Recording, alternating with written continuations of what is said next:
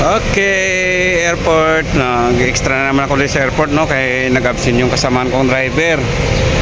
Dahil masamang pakiramdam. So,